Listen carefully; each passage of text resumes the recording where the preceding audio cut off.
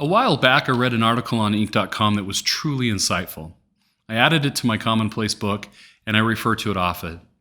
The article was written by Melanie Curtin, and she highlights the leadership of CEO Kevin McMullen, who has a near-perfect employee retention rate at his company, CollegeWise. So what's Mr. McMullen's secret? Well, he tells us. First, he says, we make it a part of every manager's responsibility to sit down and have one-to-ones with employees, where the manager comes in only with questions. And it's the manager's job to empathize and to learn. Mr. McMullen goes on and says, the process is vital also.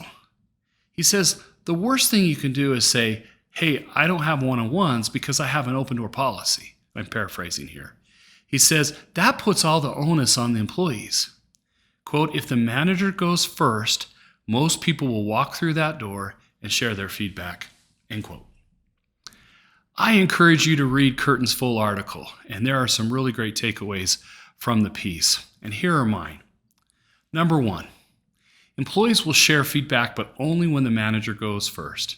It's not enough to say you have an open door policy. You need to invite your employees into your office and start asking some questions. This will give them a chance to start talking, and it will start the process flowing. Number two, make one-on-ones a mandatory activity. This will create a process or framework that supports effective feedback both up and down the chain of command. Number three, do not try and solve problems when you first solicit feedback. Seek to understand and listen with empathy. Your job is simply to listen. Number four, make it safe for your employees to share their thoughts and feelings.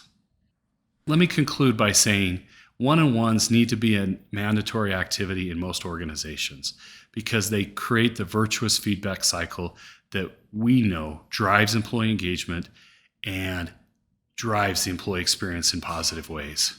So consider making one-on-ones mandatory. Everybody, thanks for listening to Brilliant in the Basics, and visit us at decisionwise.com.